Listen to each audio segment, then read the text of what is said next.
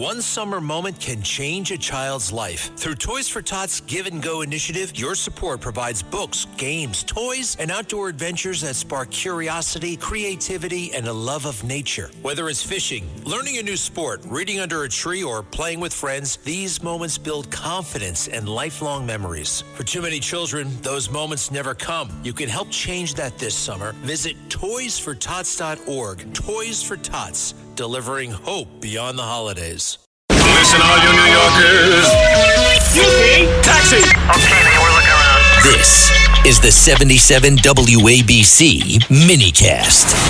Let's go straight to Alan Dershowitz, and he is one good friend, and he's one smart guy. And Professor, it's great to have you here. First off, I don't know if you just heard, but we were talking with Steve Hilton. Can you believe the criteria? Yesterday, we were talking to the U.S. attorney there in California, Bill Asaley, who was saying you can use a gym membership to be a first-time voter there. You could use an insurance card, a prescription card. What could go wrong, right? Yeah, you can vote on criteria more easily than you can, get into an office building. But first, I want to complain about your choice of the version of California, Here I Come. When you said you were going to play that, I wanted to hear the Al Jolson version. California, here I come. It's great, the Al Jolson version. So well, we're going there to help him. We want to go there and help Steve Hilton. And by the way, Professor, we purposely didn't play because we wanted you to sing it. So thank you. Of course, sure. Anytime. So this verdict today, it was the easiest case. This is the Carmelo Anthony case in Dallas, right? Yep. There was no defense. His lawyer didn't put him on the witness stand. His lawyer didn't put on a defense, essentially. And of course there was going to be a conviction. Can you imagine if the racial situation were reversed and if a black kid, 16, 17-year-old, had been killed by a white guy? There'd be demonstrations in every city in the country. There would be violence. There would be burning of houses. There'd be everything. But, the racial situation is different. And so the only racism involved in this case are the protests. The protests are racist because all they're saying is because a black kid was convicted, that's racism, that's white supremacism, all of those things. It's ridiculous. This is the easiest case. Now, there's one possible claim on appeal. There were no blacks on the jury, but apparently there are Hispanics and a Muslim, and it's a diverse jury, but you don't have a right to have a jury with particular races represented. So I doubt there'll be a reversal on appeal. So it seems to me this was almost certainly the right verdict. And what a tragedy to have a guy come to a track meet with a knife, and he didn't like the way the guy looked at him. And then he claims that's self-defense. Can you imagine every day on the New York subway we would have claims of self-defense if that were the situation? That's the point, too, because the other thing, he didn't testify, Carmelo Anthony, who just got convicted. Yeah. Do you think it would have been different had he testified? He didn't testify, and you wonder, had he gotten on the stand and could have explained how he, quote, felt threatened? I agree with you. Or do you think same outcome? You can't ever criticize a criminal defense lawyer for not putting somebody on the stand unless you know what his secrets are. That is, we don't know what kind of a witness Anthony would have made. Maybe he has a lot of baggage that he could have been cross-examined about. Maybe it would mean that he's done other things, and that would be able to come out if he takes the witness stand. So there must be a good reason, if the guy's a decent lawyer, and I have no reason to believe he wasn't, there must be a good reason why he didn't testify.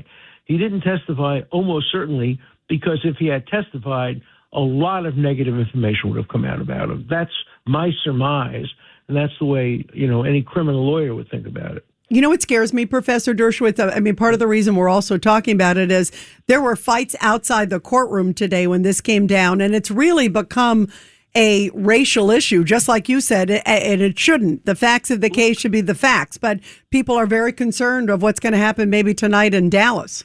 Yeah, well, look, there were fights outside of Madison Square Garden when the Knicks lost, and people are saying, oh, my God, that's because Trump went to the Madison Square Garden, and there were people who were arrested there, too. Look, people get very upset, and you have to You have to maintain law and order here. And no matter what the verdict is, no matter who wins the basketball game, there has to be order. There's no justification for attacking people based on a verdict or based on a basketball outcome. So, it's very important that the law is enforced fairly and equally without regard to the race of the people involved. Professor, we don't live in that society. The Parks Department and the reports to the executive office. All of a sudden, the Parks Department says you can't have a wrestling match in the park. Oh, the UFC is this UFC, and you can't have the the sort of the cage that they're putting over the not the cage, the other the arc. Oh, the arc. Yeah, the arc. Yes. I mean, who in the Parks Department is challenging the President of the United States? Right. He's just trying to beautify the city. Yeah, they're trying to also, bring it to court. And the courts are going crazy. They're telling the President of the United States that he can't change the White House.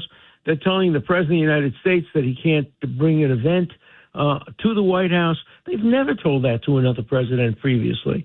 This is all about they're not liking President Trump. And, that's what happens. Look, if you are on President Trump's side, you make a lot of enemies among Democrats. Tell me, I'm going to Martha's Vineyard in the next few days. Nobody's going to talk to me. They're going to refuse to serve me my pierogi at the fair. Oh, no, not again. Yeah. An annual event. But this time I'm going to wear my proud shirt saying I am a proud Zionist. I'm going to wear the shirt. I'm going to wear the hat and let them refuse to serve me and, see him in court. Well, Professor Alan Dershowitz, thank you for your wisdom and thank you. And we'll catch up with you again real soon. And actually, Professor, we just got some breaking news. Let's go to that. Hold on one second.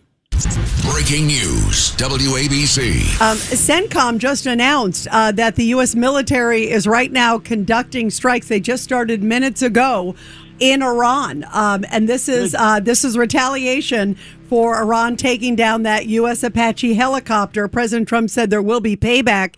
And in the last few minutes, big breaking news, the U.S. is now conducting new strikes in Iran. What's your reaction, Professor Dershowitz? I am very happy about that. I don't think there should be a deal. The deal will be a bad deal. I think that the war that was started was successful and should continue until it's completely successful, until there's regime change, until the Iranians come on their knees and beg for a deal. The only deal we can get is not a deal of equality, which is what the Iranians want, but a deal in which, like the deal we made after we defeated Nazism in the Second World War. That's the kind of deal we want. We defeated Japan in the Second World War. It has to be total and complete victory to make the Middle East safe. Professor Alan Dershowitz, thank you for your wisdom. Thank you for your common sense, and we'll talk again real soon. We will. Thank you. Thank you. Get ready, Staten Island. It's time to celebrate 5 years of Ferry Hawks baseball.